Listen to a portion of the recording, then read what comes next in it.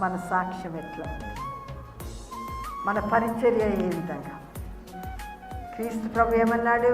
పరిచర్య చేయించుకుంటకు నేను రాలే, కానీ పరిచర్య చేయించుకో. మన కుటుంబాలలో పరిచర్య మనసు లేక ఒకరినొకరు బాగా మరియ మార్తల యేసుక్రీస్తు ప్రభు వచ్చినప్పుడు మార్త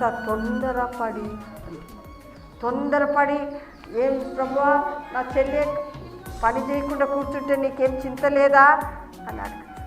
చూడండి, తొందరపాటు.